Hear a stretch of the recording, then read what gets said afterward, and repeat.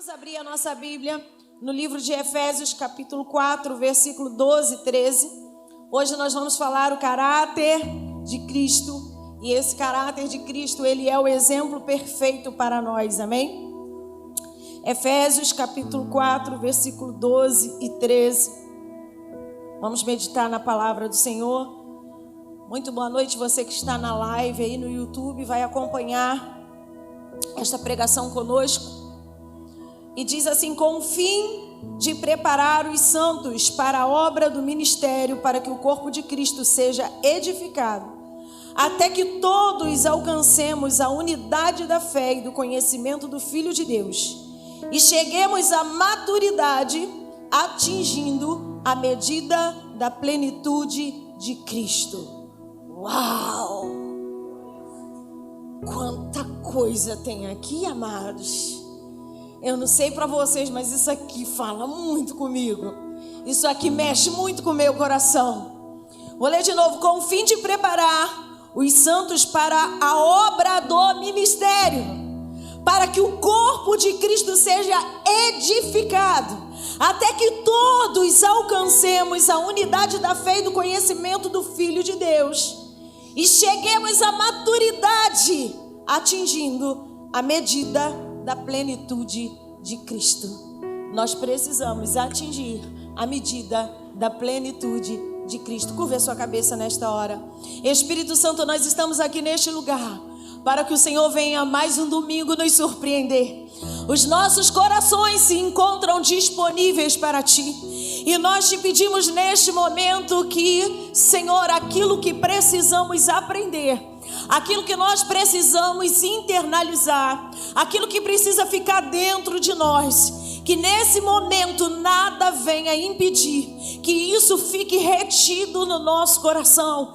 Queremos, ó Deus, nesta noite sugar tudo que o Teu Espírito Santo tem para derramar neste lugar. Não deixa que escorra, não deixe, ó Pai, que se perca nenhuma gota da Sua palavra, nenhuma gota, nenhuma medida, Deus, daquilo que o Senhor preparou para cada um de nós. Que nesse dia chamado hoje nós possamos entender aquilo que precisamos ter em nós, o caráter de Cristo. Fala aos nossos corações, diga, igreja, fala comigo. Nós te pedimos em nome de Jesus. Sente-se aplaudindo o nome desse Rei maravilhoso. Para mim foi ótimo esse aplauso, está ótimo. Para mim está ótimo. Para mim ainda continua. Agora para o Senhor. Nossa! Oh, aleluia! Agora o céu se abriu, amém, irmãos? Querido, Leonardo estava falando aqui na ministração. Eu louvo a Deus muito porque o Senhor sempre vai conectando o culto inteiro. E a gente não precisa fazer uma programação para que isso aconteça. A programação para que isso aconteça é um coração disponível para que o Espírito Santo venha fluir da forma que Ele quer. E aqui no finalzinho da ministração ele veio falando sobre algo que realmente é uma verdade que a gente vive hoje, sobre os problemas que acontecem dentro das instituições chamadas igrejas. Não estou falando a igreja de Cristo, não estou falando da noiva, mas eu estou falando naquilo que o homem acaba fazendo com o que Deus mandou que nós nos organizássemos para ser, mas de forma equivocada queremos viver aquilo que o Senhor espera, mas que nós acabamos por não fazer. E como ser igreja? E como estar atento àquilo que Deus quer? E como atender à expectativa que Deus tem ao meu e ao seu respeito? E hoje a palavra vem falar sobre isso. A palavra vem nos encorajar.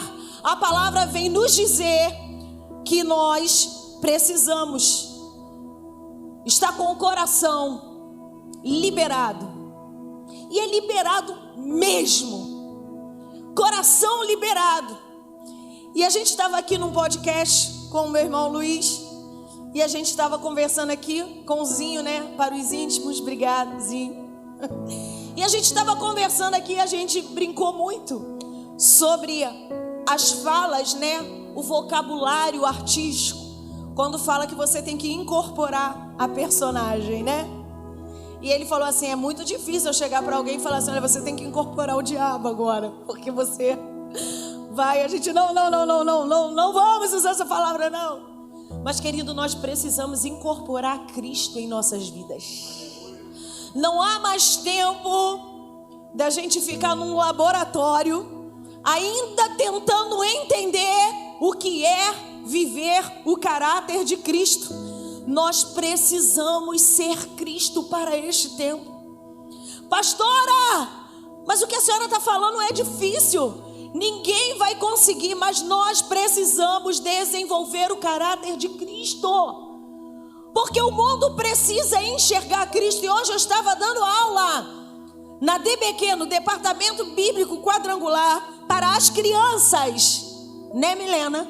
E a gente estava falando sobre ser sal e luz. E aí eles me surpreenderam. Sabe, a gente ministrar para as crianças, a gente se surpreende, porque elas sabem muito mais do que a gente imagina. Eles prestam muito mais atenção do que a gente pode mensurar. E aí quando eu falei assim, por que sal e luz? E eles começaram a dividir de uma forma tão incrível. A pastora Simone entrou lá e ela viu eles fazendo isso. E eles começaram a direcionar tudo que a luz tem. A luz traz segurança, eles botaram lá, segurança. A luz nos caminha, nos direciona, não foi isso, Milena?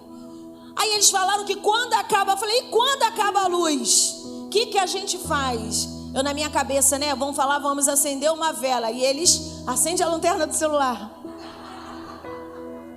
Falei, os tempos vão mudando e a gente deu aula lá atrás, né?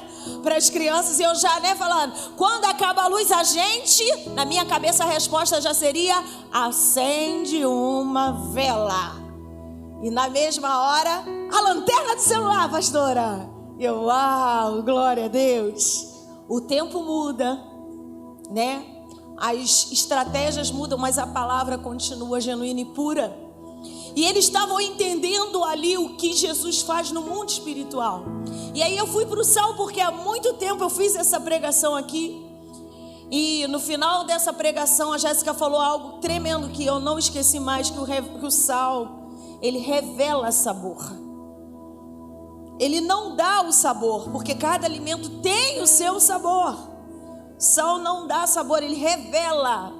Ele revela o sabor da picanha, ele revela o sabor do ovo, ele revela o sabor do peixe. Ele é um revelador.